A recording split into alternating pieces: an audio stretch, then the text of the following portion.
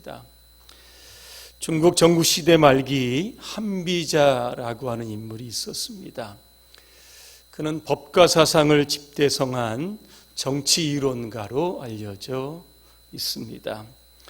순자 문화에서 동문수학했던 이사의 모함으로 진시황의 사약을 받고 자결을 하게 됩니다. 그는 한나라의 왕의 서자로 태어납니다. 심한 말더듬이었지만 논리적인 사고와 탁월한 문제를 갖추었다는 평가를 받고 있습니다. 그가 살던 한나라는 전국 7웅 중 최약소국에 속했습니다. 강대국에 둘러싸여 약소국의 비애와 그 굴욕을 절감한 그는 왕에게 인재를 등용하고 법률과 제도를 정비를 해서 나라의 기틀을 만들어야 된다고 지거를 하게 됩니다. 하지만 왕은 그의 소리를 귀담아 듣지 않았습니다. 그때 세상에 대한 울본을 사기며 쓴 글이 한비자에 나오는 망징입니다. 이 망징이라고 하는 것은 나라가 망할 가능성이 있다는 뜻입니다. 그가 쓴 나라가 망할 징조 47가지 중에서 3가지만 소개하려고 합니다. 첫째는 군주가 법률을 쉽게 바꾸고 시와 때를 가리지 않고 명령을 내려 백성들이 갈피를 못 잡게 되면 그 나라는 망하게 될 것이다. 2번째입니다. 군주가 고집이 세서 화합할 줄 모르고 간언을 물리치며 백성을 이기는 일을 즐기면 그 나라는 망할 것이다. 3번째입니다. 군주가 뉘우침이 없고 자신은 재능이 많다고 여기면 그 나라는 망할 것이다 그랬습니다. 이와 맥락을 같이 하여 인도의 마하트마 간디도 영국의 식민 지배를 받는 동안에 암울한 현실을 한탄하며 망국론을 쓰게 됩니다. 그는 나라를 망치게 하는 사회의 큰 죄악으로 7가지를 들게 됩니다. 첫째는 원칙 없는 정치, 도덕 없는 상업, 노동 없는 부, 인격 없는 교육, 인간성 없는 과학, 양심 없는 쾌락, 7번째가 희생 없는 신앙이었습니다. 한비자가 2200년 전에 말했던 망징이나 1930년대 간디가 소개했던 7가지의 망국론은 오늘 대한민국의 현 주소를 보여주고 있습니다. 지금 한반도의 주변의 정세는 매우 심각합니다. 북한은 여전히 미사일의 실험과 핵무기를 가지고 안하무인입니다. 중국은 미국과 힘겨루기를 하고 있습니다. 일본은 한국을 화이트 리스트에서 제외를 시켰습니다. 한국 대법원의 강제징용 배상 판결에 반발해서 지난 7월부터 반도체 핵심 소재 세계 품목에 대한 수출 규제를 강화한 이후에 사실상 2차적인 보복 조치입니다. 경제적으로, 안보적으로, 외교적으로 위기를 맞은 우리 대한민국이 어떻게 위기를 타개해야 할 것인가, 오늘 말씀을 통해서 그 답을 찾아보려고 합니다. 오늘 본문은 페르시아의 수도 수상궁에서 일어난 사건입니다.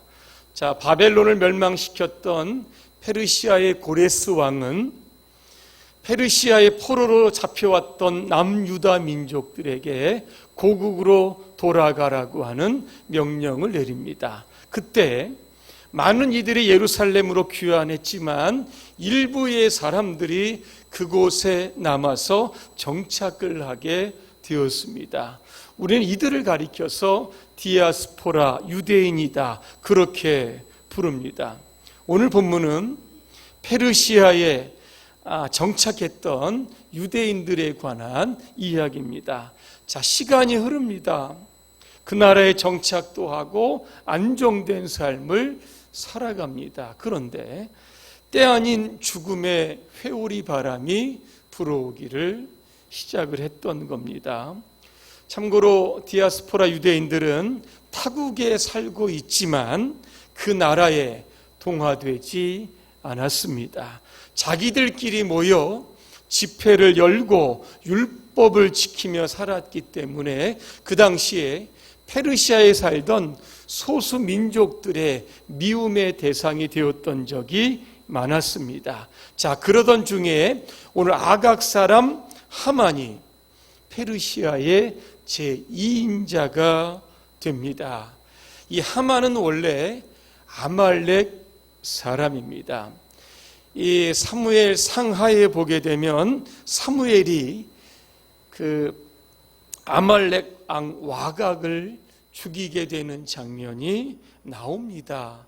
이 바로 하만이 아각의 자손이었다는 겁니다. 그래서 역사적으로 유다와 이 아말렉은 원수지간이었습니다. 어느 날 하만은 수상궁에서 대궐문을 지키고 있던 모르드게가 자신에게 절하지 않는다는 사실을 알게 됩니다. 알고 보니 그가 바로 유다인인 겁니다. 그래서 하만은 이번 기회를 통하여 127도에 살고 있는 모든 유다인들을 학살하는 치밀한 계획을 세우게 되는 겁니다.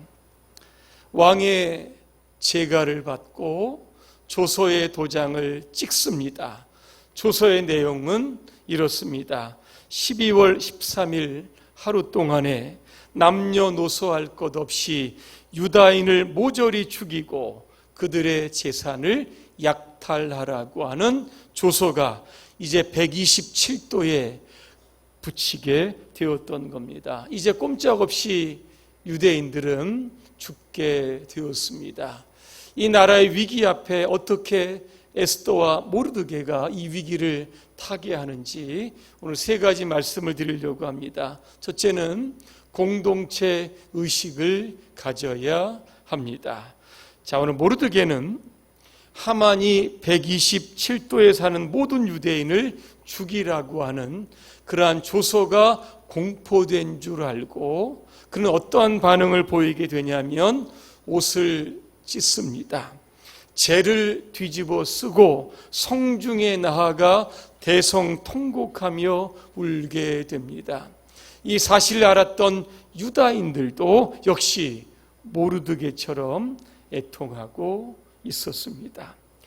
자, 지금 이 진행되었던 사실을 모르고 있던 에스더는 하닥을 보내서 영문을 좀 알아오라고 합니다. 이때 모르드게는 하닥에게 이렇게 이야기합니다. 하만의 관계로 인하여 모든 유다인들이 죽게 되었다라고 하는 소식을 에스더에게 알리라고 합니다. 그리고 에스더에게 한 가지 부탁을 합니다. 그게 뭐냐면 왕에게 나아가서 민족을 위하여 간절히 구하라. 이런 부탁을 합니다. 에스더가 이 이야기를 듣고 하닥을 모르드게에게 보내면서 이런 회신의 답변을 합니다. 왕의 부름을 받지 않고 왕에게 나아가면 죽습니다. 내가 왕의 부름을 받지 않은 지가 이미 30일이 지났습니다. 이때 이 모르드게가 이 회신을 듣고 에스더에게 이렇게 이야기를 합니다. 이게 바로 13절입니다. 너는 왕궁에 있으니 모든 유다인 중에 홀로 목숨을 건지리라 생각하지 말라 그랬습니다. 홀로 목숨을 건지리라 생각하지 말라는 것은 개인주의를 버리고 공동체를 생각하라고 하는 뜻입니다. 1966년 6월 12일입니다. 이스라엘이 아랍과의 6.1 전쟁을 시작할 때입니다.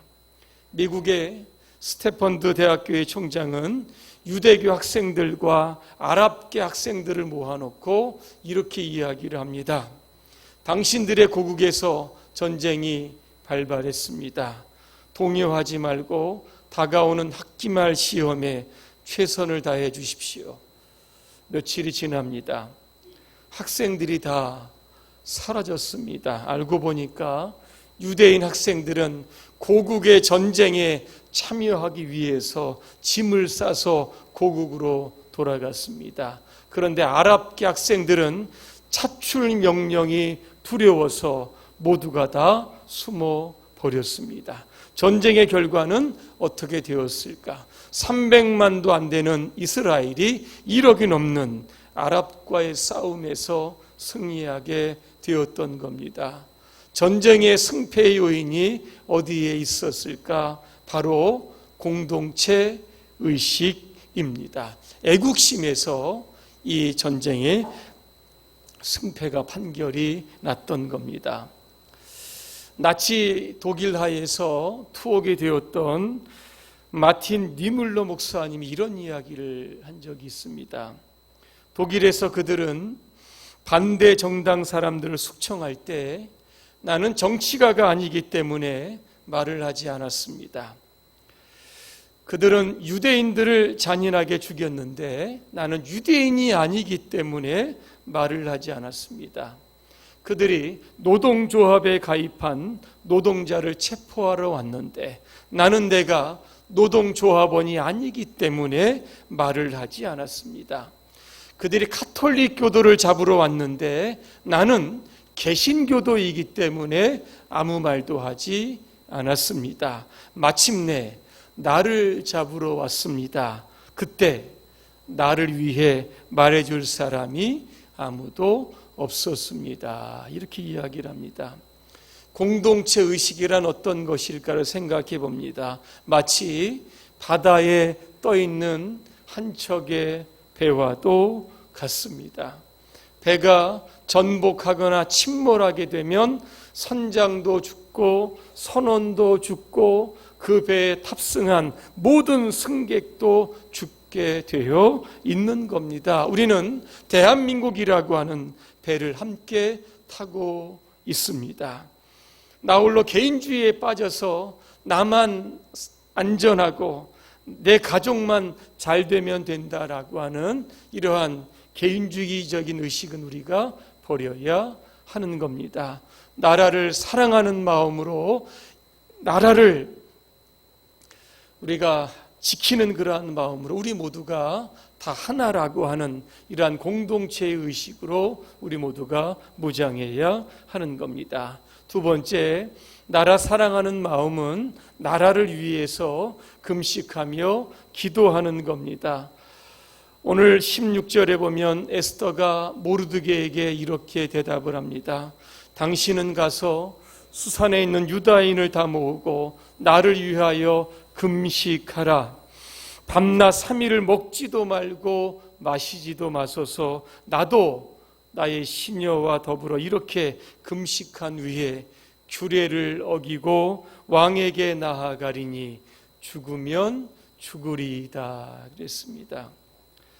여러분, 지금 대한민국의 위기를 보면서 금식하며 기도한 적이 있으십니까? 월남 이상계 선생의 일화를 잠깐 소개해 드립니다. 하루는 이상계 선생의 며느리가 재봉틀을 도둑맞고 울고 있었습니다. 삭바라지를 해서 집안을 먹여 살리는데 그 재봉틀을 도둑놈이 훔쳐간 겁니다. 울고 있었던 며느리를 향해 이상재 선생이 이렇게 이야기를 합니다. 나라를 잃어버리고도 울지 않던 내가 재봉틀을 잃어버리고는 우느냐 그랬습니다. 느헤미야 1장에 보면 느헤미야가 나옵니다. 어느 날 하나님으로부터 예루살렘 성벽이 무너지고 황폐하게 되었다라고 하는 소식을 듣습니다.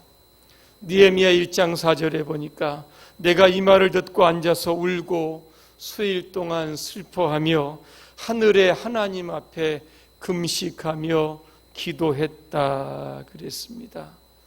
여러분, 어떤 기도를 드렸습니까? 그는 이런 기도를 합니다. 하나님, 이 민족을 긍휼히 여겨 주시옵소서. 이들의 죄를 용서하여 주시고 회복시켜 주시옵소서. 윌리엄 브라멜이라고 하는 목사님은 이 땅의 그리스도인들이 왜 이렇게 무기력한 삶을 살아가는지 그 이유를 몇 가지 설명하는데, 첫째는 너무 많이 먹고 너무 많이 마시고 너무 많이 잠자기 때문이다. 반면에 너무 적게 금식하고 너무 적게 기도하기 때문이다 그랬습니다. 이 금식 기도라고 하는 것은 어떤 기도일까? 일상적인 음식을 모두 끊고 하나님 앞에 엎드리는 겁니다. 육신적인 즐거움을 억제하고 영을 맑게 하여 하나님과 대화하는 겁니다. 오직 하나님께만 해답이 있음을 믿고 자신의 생명을 걸고 온전히 맡기는 신앙, 이게 바로 금식 기도입니다. 제가 여러분에게 이 나라와 민족을 위하여 내일부터 수요일까지 금식합시다, 이렇게 선포하면 여러분 어떻게 하시겠습니까?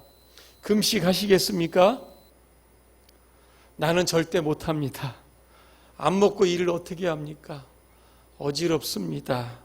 먹는 게 저는 낙입니다. 이렇게 말할 분들도 있습니다. 그런데 한 3일 정도 금식해도 괜찮습니다. 어떤 분은 매달 11조 금식을 합니다. 그죠? 30일이니까 3일을 금식합니다. 미국에서 의사분들에게 성인병의 원인이 뭔지 조금 규명을 좀 밝히라고 했습니다. 답이 나왔습니다. 음식을 너무 많이 먹는데, 기름진 음식을 너무 많이 먹기 때문에 성인병이 발생이 된다, 이런 답이 나왔습니다. 요즘 핸드폰을 가지고 맛집을 검색하면 대한민국의 모든 맛집이 다 나옵니다. TV를 보면 이 개그맨들이, 뚱뚱한 개그맨들이 또 이 맛집을 돌아다니면서 또 가게를 이렇게 선전하는 것을 보게 됩니다. 음식을 잘한다는 소문이 나면 아무리 멀어도 갑니다. 어떤 분은 비행기를 타고 일본에 갔다가 음식을 먹고 저녁에 돌아온다고 합니다. 이 프랑크 매크 의사는 건강을 위한 금식법이라고 하는 책에서 이런 이야기를 합니다. 내가 발견한 가장 치료법 가운데 금식요법보다 더 효과적인 치료법을 본 적이 없다, 이렇게 이야기를 합니다. 그런데 금식의 여러분 최종 목표는 다이어트도 아닙니다. 건강도 아닙니다. 금식 기도는 묶는 것을 푸는 열쇠입니다. 이사야 58장 6절을 제가 읽어드립니다. 내가 기뻐하는 금식은 흉악의 결박을 풀어주며 멍에의 줄을 끌어주며 압제당하는 자를 자유하게 하며 모든 멍에를 꺾는 것이 아니겠느냐, 그렇게 되어 있습니다. 유다인들이 금식을 합니다. 그래서 결국 하만의 흉악한 결박과 멍에를 끊어버렸던 것을 우리가 보게 되는 겁니다.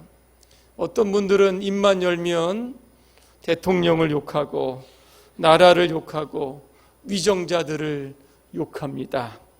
욕에서 나라가 변화될 수 있다면 얼마든지 해도 괜찮습니다. 그런데 이제는 욕과 비난과 정죄가 아니라 기도만이 이 나라를 변화시킬 수 있는 하나님의 능력의 권능에 접속되는 길임을 우리는 기억해야 할 겁니다.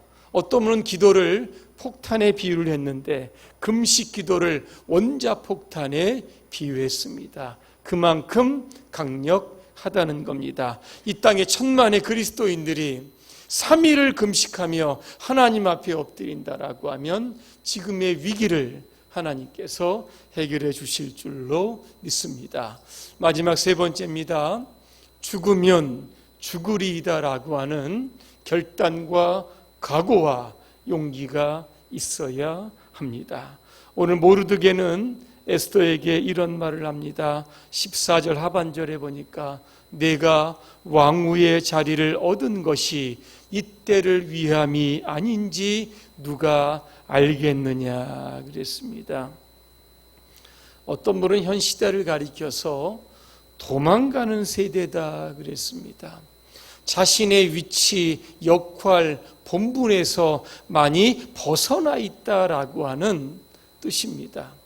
대통령은 대통령답게, 국회의원은 국회의원답게, 목사는 목사답게, 성도는 성도답게 자기의 자리에서 위치를 지키는 것, 이게 바로 나라 사랑하는 길입니다.